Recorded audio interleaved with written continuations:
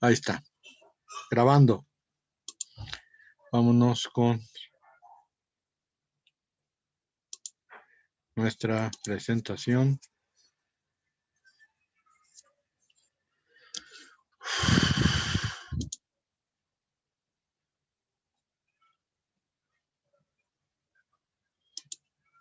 Okay. Muy bien. Acá y acá. Ok. Ya estamos en la presentación y estamos un poquito más adelante de esto. Ok, ahí vamos a empezar. Bueno, de acuerdo con lo que estábamos viendo entonces, la teoría de Winkelschek sobre las 3 millas náuticas, a pesar de que no fue la más nueva ni la más moderna, se puede entender como que se quedó y desgraciadamente esta posición fue la que se preservó por costumbre en el medio internacional. Bajo estas circunstancias, hay otras doctrinas que empezaron a aparecer. Por ejemplo, la de los países sudamericanos. ¿Cuál es la posición sudamericana? Como muchos tienen costa hacia el Océano Pacífico, en el Océano Pacífico se conoce la tranquilidad del mar, por eso precisamente Magallanes le puso Océano Pacífico, porque las olas son muy tranquilas, pero hay una situación, la condición de la playa es muy tenue, va bajando poco a poco, de tal manera que se encontró con que muchos de estos países que tienen costa hacia el Pacífico tenían una gran amplitud en cuanto a la plataforma continental. La plataforma continental es un breve deslizamiento que va registrando la Tierra en las playas hasta caer en un abismo. Técnicamente, la playa va bajando, va bajando, va bajando muy levemente, pero en el Océano Pacífico, eso que se llama plataforma continental, se preserva de una manera impresionante porque puede permitir explotación y exploración de recursos alrededor de 300 millas náuticas. 300. O sea, no 3 días de navegación, como decía Winkelschek, sino 300. Y no es soberanía, no es proteger al país, es las ventajas que tienes para explotar marítimamente en las costas, la superficie, los peces y también en el subsuelo, en este caso el petróleo. México lo ha aprovechado mucho la explotación de petróleo de su plataforma continental, principalmente en la costa del Golfo, pero pues sí existe una gran ventaja en la explotación de ese mar. Entonces la tesis sudamericana era manejar 300 millas de mar patrimonial. No es mar territorial soberano, sino es mar patrimonial, porque los recursos que se tienen en ese lugar son muy vastos y pueden ser muy bien utilizados por el país costero. Bajo esta condición, hay que recordar que en 1945 Harry S. Truman estableció la Proclama Truman. Y acuérdense que estuvimos viendo esto, la unidad, hace 3 unidades, en el sentido de que la Proclama Truman era una reivindicación de los productos que se encontraran en la plataforma continental de los países en una franja de 9 millas. Entendamos, 9 millas es lo que opina Estados Unidos. 300 millas es lo que piden los países sudamericanos. Obvio, y la tesis de Winkelschek de 3 millas, entonces podemos ver una disparidad importante en la medición de estas distancias. 3 millas no es lo mismo que 9 y 9 millas no es lo mismo que 300. Por lo tanto, ante estas circunstancias y ante un gran problema que se dio principalmente en materia de pesca, lo que se generó en 1958 es la primera convención sobre derecho del mar. En esta primera convención salen o se adoptan 4 convenciones muy importantes. La primera es sobre alta mar, la segunda es sobre mar territorial y zona contigua, la tercera es sobre plataforma continental y la cuarta es sobre pesca y preservación de los recursos vivos del mar. Esas 4 convenciones estuvieron vigentes durante muchísimo tiempo. Y también se adoptó un protocolo facultativo de solución de controversias, de tal manera que había todo un gran legajo de tratados que se expidieron de la primera conferencia sobre derecho del mar, también conocida como primera CONVEMAR o CONFEMAR. Así se le conoce, hay algunos autores que los manejan, porque entonces si ustedes llegan a ver autores argentinos o chilenos y ellos utilizan CONVEMAR, pues es la Convención de Derecho del Mar. Estos cuatro, insisto, estuvieron vigentes. El protocolo, pues era facultativo. Si tú lo querías adoptar, lo adoptabas. Si tú no lo querías adoptar, no lo adoptabas. Pero técnicamente esa es una de las etapas que se tuvieron en el derecho del mar, tratando de solucionar todas estas disparidades que estuvimos comentando hace unos momentos.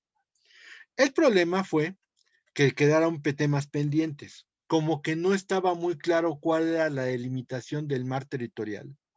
Y también hubo el problema de las pesquerías noruegas, que también lo hablamos en un tema pasado, cuando Noruega y Reino Unido tratan de pelear sobre las pesquerías que Noruega hace de bacalao en las zonas costeras de Reino Unido, que como ustedes saben, pues fue una situación en la cual nunca protestó y por lo tanto la Corte decidió que había una renuncia hecha válidamente por la falta de protesta de estos países en el manejo de las pesquerías.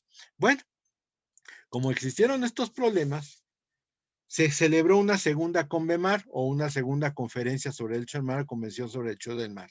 Esta fue en 1960, pero a diferencia de la primera, aquí sí fue un desastre.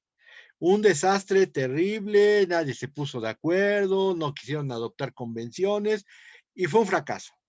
A partir de 1960, prácticamente el régimen del mar se quedó en 4 convenciones, que las estuvimos nombrando hace unos minutos, y que pues iban a ser las únicas que iban a entrar en vigor de esa primera convención sobre derecho del mar, y que a final de cuentas pues tampoco eran la solución a los problemas que se llevaban a cabo en el derecho del mar. Pero en 1969, precisamente, el señor que aparece a su derecha, el señor Arvid Pardo, era representante de Malta y él llama la atención de la Asamblea General de las Naciones Unidas manifestando que hay recursos en los fondos oceánicos muy apreciables. En el fondo del mar generalmente se van acumulando en una especie de rocas que parecen pepitas, nódulos polimetálicos. ¿Qué quiere decir esto? En esas piedras se acumulan plomo, antimonio, plata, níquel, o sea, se acumulan muchos tipos de metal. Y esos fondos oceánicos prácticamente nadie los ha podido explotar. Ellos hicieron algunos análisis de la petición de Arvid Pardo y, por ejemplo, eso es algo que algunos autores señalan, muchos dicen que es un tema fantasioso, pero se comentaba que si se explotaban razonablemente los fondos oceánicos, se podía surtir al planeta de todo un siglo de metal. O sea, no acudiendo a minas, nada más acudiendo a los propios nódulos polimetálicos. Sin embargo, lo que comentó Arvid Pardo muy importante fue, si nosotros dejamos que los países más desarrollados empiecen a explotar los fondos oceánicos, se los van a apropiar y entonces no van a dejar para nadie. Entonces, ¿qué proponía él? Que los fondos oceánicos fueran explotados para beneficio de toda la humanidad, no que el que tuviera la tecnología pudiera acceder a los fondos oceánicos y se quedara con los recursos, sino que sacar los recursos y repartirlos entre todos. Era lo más salomónico que podía generarse.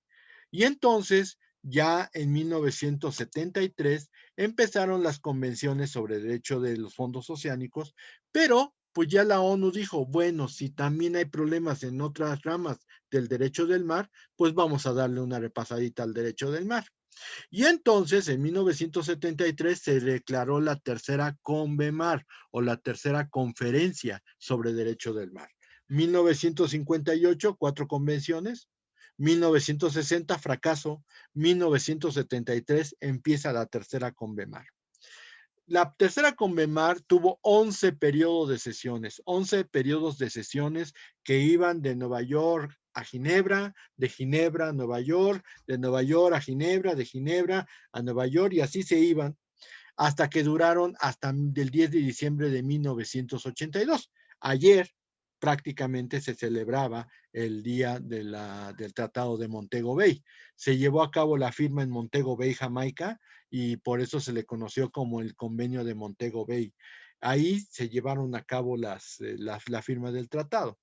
No voy a decirles que muchos países desarrollados pugnaron por un nuevo tratado, porque dicen lo que leí en alguna reseña de algún autor estadounidense, los países en desarrollo nos mayoritearon. Como eran la mayoría, nos mayoritearon y ya no tuvimos oportunidad de decirles que no. Técnicamente, lo que quería Estados Unidos era un régimen en donde ellos pudieran explotar todos los fondos oceánicos, pero como había cerca de 90 o 100 países que habían negociado el convenio y que muchos no son eminentemente países industrializados, pues ellos dijeron que no, que se creara una industria de los nódulos polimetálicos, se llamó incluso una empresa internacional para explotar los fondos oceánicos, y eso no les gustó a los Estados Unidos y a algunos otros países aliados, como podría ser Reino Unido, la propia URSS, y entonces ellos pugnaron por no firmar el tratado, pero pues sus compañeros o sus aliados no hicieron caso de eso y muchos de ellos lo firmaron. Obvio, hoy piden un nuevo tratado porque a final de cuentas los dejan fuera del pastel y el pastel es muy rico, pero la verdad es que no se ha vuelto desde 1982, que ya tiene un buen rato, ya estamos cumpliendo, digamos, 30 años de ese convenio, y dentro de 2 años vamos a cumplir 40, pues el problema ha sido que no es algo que nosotros queramos discutir, porque si ellos van a plantear un tratado en donde ellos son los únicos beneficiarios de las riquezas del mar, pues estamos amolados todos. Entonces, realmente el convenio es aún el código jurídico más importante del derecho internacional. Digamos que es un código amplio, preciso, sobre las condiciones del derecho del mar y lo que pretendemos nosotros del mar para la sobrevivencia de la raza humana. Claro, los países ricos pueden decir misa, pero pues sí es obvio que si nosotros les dejamos la llave de toda la dirección del derecho del mar, pues va a haber muchos problemas con ellos. De tal manera que este convenio de Montego Bay, miren la importancia que tiene 320 artículos y 9 anexos. Esto lo dividen en 17 partes, o sea, el tratado tiene 17 capítulos, por decir así, y son 320 artículos. Es de verdad un código sobre derecho del mar. Y así la situación, bueno, aquí está Montego Bay. Aquí, para las mujeres que sueñen con la boda de miel deseada, Montego Bay es una de las playas más bonitas. Hay muchas veces las han visto porque es un lugar que prefieren mucho los productores de James Bond. Pero bueno, o sea, si alguien quiere ir, pues adelante. Aquí está la situación del derecho del mar, con el convenio de Montego Bay. La parte 1 es la introducción. De la introducción hay un marco conceptual bastante amplio, bastante amplio. Sin embargo, yo nada más voy a resaltar dos cuestiones. Uno, se determina que la zona así llamada de manera simple, son los fondos oceánicos. O sea que si nosotros hablamos de la zona, no hay que confundir ni con la zona contigua ni con la zona económica exclusiva. La zona son los fondos oceánicos. Y algo que llama mucho la atención del convenio es que es el primer convenio que habla de la contaminación. Y la contaminación forma parte muy fundamental del tratado, principalmente porque hay una cantidad impresionante de situaciones. La imagen a mí me parece muy, muy, muy, muy ilustrativa. La pobre niña levantando el mar y viendo toda la porquería que han arrojado los hombres al océano. Y es que sí, o sea, cuando estás bien borracho en cualquier playa de México, te emborrachas y avienta la botella al mar, pues el cristal, el vidrio, no se puede degradar y tal vez pueda estar ocasionando muchos problemas en el mar. Estás agregando cosas que no se pueden degradar y por lo tanto estás perjudicando al mar. Pero desde que inventaron las botellas de plástico, pues eso también es una situación verdaderamente terrible, principalmente porque las condiciones de degradación del plástico, ustedes lo deben de saber, son de aproximadamente 1000 años. Y por eso muchos que tratamos de mejorar el ambiente, yo la verdad es que recojo todo mi PET, yo no lo tiro a la basura, recojo todo mi PET y la verdad es que cuando ya tengo un pucho, pues lo voy y lo vendo. Y créanme que pues no será para irme un mes a París, pero sirve para comprarse pan o tortillas o lo que ustedes necesiten, a lo mejor hasta un kilo de frijol. Pero la verdad sea dicha, estamos protegiendo al planeta porque los que compran el PET lo llevan directamente a las máquinas, a las empresas recicladoras. Entonces, ¿para qué lo avientas al mar? Mejor tíralo donde tiene que ir. Y el convenio es muy importante para el manejo de la contaminación marina. Los estados partes son los estados que hayan consentido en obligarse en la obligación en esta convención y habla de Namibia, que todavía se consideraba como un país que estaba en vías de independizarse. Los estados libres asociados que lo adopten son estados que se adhieren a los organismos internacionales que prevé precisamente el convenio de Montego Bay. Eso es todo lo que viene en la parte primera. En la parte segunda sí habla de algo interesante, la zona con el mar territorial y la zona contigua.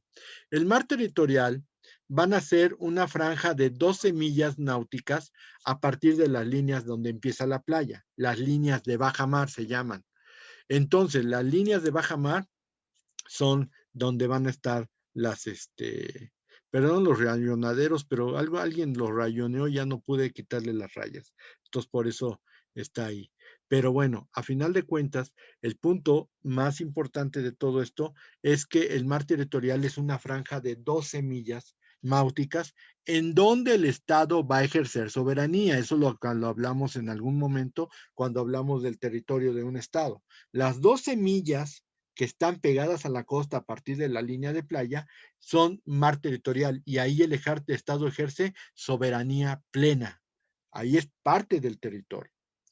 La situación aquí son los límites exteriores y las líneas de base. Ya les dije que las líneas de base son, por ejemplo, las playas. Donde termina la playa, ahí es la línea de base. Pero el límite exterior es cuando existen ciertos accidentes, como pueden ser estrechos, canales, bahías, lagunas o ríos. O puertos incluso, en donde no se puede determinar muy bien dónde empieza la playa.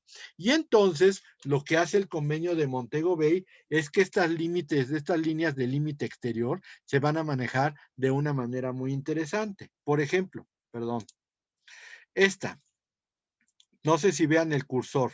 Si ven el cursor, esta línea gruesa se llama los límites del mar territorial. Pero si te dan ustedes cuenta, está manejada a partir de los accidentes que hay en la costa. Si es un estrecho canal, a partir de aquí se cuenta parejo. Si es una bahía, ahorita vamos a entrar en las situaciones de las bahías porque requieren una situación especial. La situación es que si esto es una bahía, perdón, se me apagó el cursor, aquí está. Si esto es una bahía, entonces se cuenta parejo y todo lo de la bahía es mar interior. Las lagunas, pues obviamente al estar rodeadas, pues no tienen tanto problema porque se consideran aguas interiores.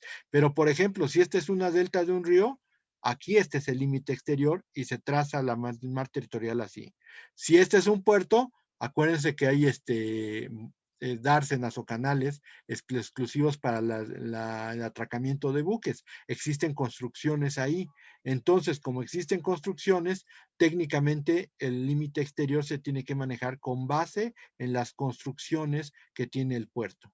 Pero aquí tiene que contar 12 millas, 12 millas, 12 millas, 12 millas. Y entonces, con estos accidentes, las líneas de base generalmente se hacen rectas.